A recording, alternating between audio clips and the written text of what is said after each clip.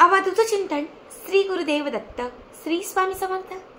नमस्कार भक्तांनो, बघाच शुक्रवार आपल्यापैकी सगळ्यांनाच माहिती असेल की शुक्रवारचा दिवस हा माता लक्ष्मीला प्रसन्न करण्यासाठी, घरात प्राप्त असणाऱ्या लक्ष्मीला स्थिर करण्यासाठी, कर्जातून मुक्तता मिळवण्यासाठी आणि आपल्याकडे चहूबाजूने पैशांचा ओघ वाढता ठेवण्यासाठी शुक्रवारचा दिवस हा अत्यंत प्रभावी आणि महत्त्वाचा मानला जातो।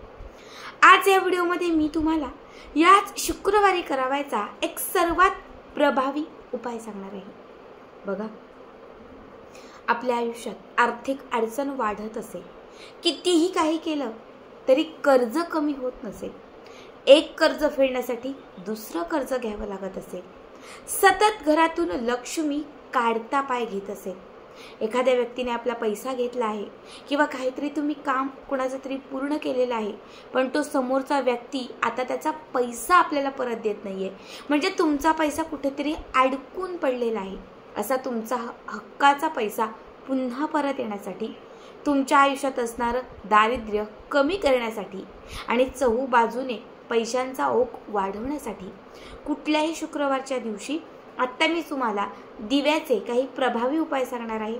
हे उपाय आवर्जून करा। सगळ्यात पहिला उपाय हा तुम्हाला शुक्रवारच्या दिवशी संध्याकाळी 6 ते 6:30 या वेळेत करायचा आहे, कारण हा लक्ष्मीला आकर्षित करणारा, लक्ष्मीला प्रसन्न करणारा, साक्षात लक्ष्मी आपल्या घरात येण्याचा वेळ आहे। 6 ते 6:30 या वेळात तुम्हाला एक पिठाचा किंवा ज्याला आपण कणिक म्हणतो, हा कणकेचा दिवा बनवायचा आहे। हा दिवा चौमुखी असला पाहिजे।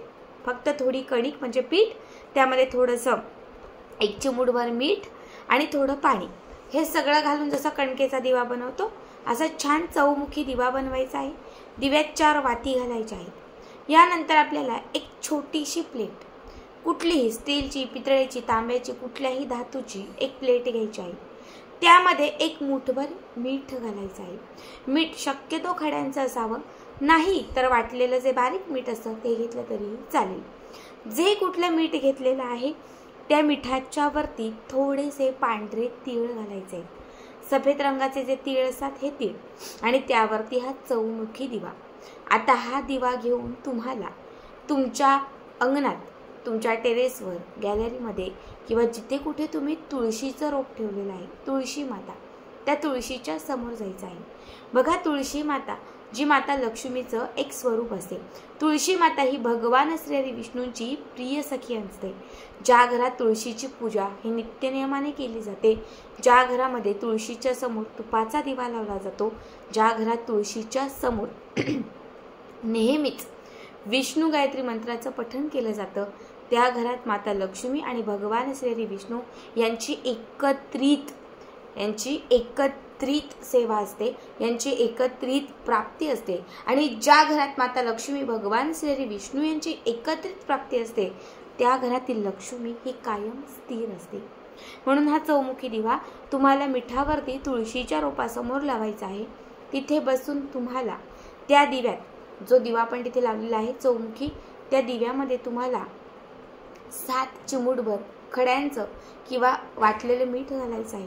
प्रत्येक वेळी मीठ घालत असताना फक्त आणि फक्त तुम्हाला ओम नमो भगवते वासुदेवाय नमः, ओम श्री महालक्ष्मी नमः या दोनही मंत्राचा एकत्रित पाठ करायचा आहे। 7 चिमूटभर मीठ घालून हा दिवा तुम्हाला शुक्रवारी रात्रभर तुळशीच्या समोर पेटता ठेवायचा आहे। रात्रभर नाही तर कमीत कमी झोपण्यापुरती तुम्ही ठेवला तरीही चालेल, म्हणजे जोपर्यंत तुम्ही झोपायला जात नाहीये तोपर्यंत तरी हा दिवा इथे पेटता असू दे, ठीक आहे। यानंतरचा दुसरा उपाय जो आहे हा देखील दिव्याचा आहे। तुम्हाला यासाठी 2 दिवे घ्यायचे आहेत, मातीचे, कणकेचे किंवा तुमच्या घरात कुठल्याही धातूचे असतील तरीही चालतील। दोनही दिवे स्वच्छ असावेत। दोनही दिव्यांमध्ये लाल वात असावी। लाल वात म्हणजे लाल कापूस घ्या, त्याला कुंकू लावून तुम्ही लाल वात करू शकता, किंवा लाल धागा असेल त्याची लाल वात करू शकता, किंवा मग तुमच्याकडे कलावा असेल, पिवळा आणि लाल कलावा असतो, तर तुम्ही याची वात केली तरीही चालेल। दोनही दिव्यांमध्ये लाल वात घालायची आहे। दोनही दिवे तुम्हाला तुमच्या घराच्या उंबरठ्याच्या समोर, बघा हा उपाय देखील शुक्रवारीच करायचा आहे। घराचा जो मुख्य प्रवेशद्वार आहे, मुख्य उंबरठा, त्याच्यासमोर हे दोनही दिवे तुम्हाला लावायचे आहेत. दोनही दिव्यांमध्ये तुम्हाला शक्यतो तिळीचं तेल नसेल तर कुठलंही तेल घालायचं आहे. लाल वातीचे हे दोनही दिवे प्रज्वलित करायचे आहेत. दिव्याच्या खाली आसन म्हणून फुलांच्या पाकळ्या किंवा तांदळाचे थोडे दाणे ठेवले तरीही चालतील. दोनही दिवे प्रज्वलित करून एक दिव्याला हळदी अर्पण करायचे आहे तर दुसऱ्या दिव्याला कुंकू अर्पण करायचं आहे. एक दिवा लक्ष्मीचं प्रतीक तर दुसरा दिवा हा भगवान श्री विष्णूंचं प्रतीक.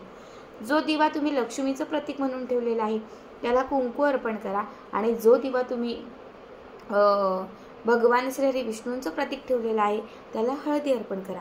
कारण लक्ष्मीला कुंकू हे सर्वात प्रिय आहे तर भगवान श्री विष्णूंना हळदी ही विशेष प्रिय आहे. दोनही दिव्यांना हळदी कुंकू अर्पण करून झालं की त्याच्यानंतर आपण जो दिवा लक्ष्मीचं स्वरूप म्हणजे ज्याला आपण कुंकू अर्पण केलेलं आहे त्यामध्ये अर्पण करायचे आहेत 21 लवंगा. फूलवाल्या अख्ख्या 21 लवंगा घालायच्या आहेत. प्रत्येक वेळी लवंग घालत असताना गायत्री मंत्र म्हणा, महालक्ष्मी अष्टक म्हणा किंवा मग माता लक्ष्मीचा जो कमलात्मक मंत्र आहे तो म्हटला तरीही चालेल. त्यानंतर 21 हिरव्या वेलच्या. ह्या 21 हिरव्या वेलच्या तुम्हाला भगवान श्री विष्णूंचं प्रतीक म्हणून ठेवलेला जो दिवा आहे ज्यावरती हळद अर्पण केलेली आहे त्या दिव्याला तुम्हाला 21 वेलच्या अर्पण करायच्या आहेत. प्रत्येक वेळी वेलची अर्पण करत असताना ओम नमो भगवते वासुदेवाय नमः या मंत्राचा जप करायचा आहे. आता हे जे दोनही दिवे आहेत हे तुम्हाला शुक्रवारी संध्याकाळी 8 पर्यंत प्रज्वलित करायचे आहेत आणि 9 साडेनऊ वाजले की त्याच्यानंतर दोनही दिवे उचलायचे आहेत. दोनही दिव्यांमध्ये घातलेल्या 21 लवंगा आणि 21 हिरव्या वेलच्या काढून घ्यायच्या आहेत. एक छोटी प्लेट किंवा ज्यात नेहमी कापूर जाळता ते भांडं घ्यायचं आहे. त्या भांड्यामध्ये तुम्हाला ह्या 21 वेलच्या किंवा 21 लवंगा दोनही गोष्टी काढून घ्यायच्या आहेत. त्या 4-5 कापराचे तुकडे घालायचे आहेत आणि कापरासोबत हे पेटवून संपूर्ण घरभर आणि घराच्या बाहेर याचा धूर पसरवायचा आहे. याने घरात असणारी संपूर्ण गरिबी आणि दरिद्रता घराच्या बाहेर जाईल. लक्ष्मी आणि भगवान श्री विष्णू यांची प्राप्ती तुमच्या घरात होईल, ज्यामुळे पैशांचा वाटा मोकळा होतील आणि चहूबाजूने पैशांचे ओघ जे आहेत ते वाढत राहतील. त्यानंतरचा तिसरा उपाय आहे कर्जमुक्तीसाठी. खूप कर्ज झालं असेल तर शुक्रवारी हा उपाय नक्की करा. शुक्रवारच्या दिवशी तुम्हाला 5 दिवे बनवायचे आहेत. कुठलेही मातीच्या पंट्या घ्या किंवा कणकेचे दिवे बनवा. 5ही दिवे घेऊन केळीच्या झाडावर जायचं आहे. केळीचं झाड ज्यावरती बृहस्पती देवांचा वास असतो आणि बृहस्पती देव हे आर्थिक प्रगती करण्यासाठी आणि कर्जातून मुक्तता करण्यासाठी सर्वात विशेष प्रभावी देव मानले जातात. म्हणून तुम्हाला केळीच्या झाडाजवळ 5 दिवे घेऊन जायचे आहेत.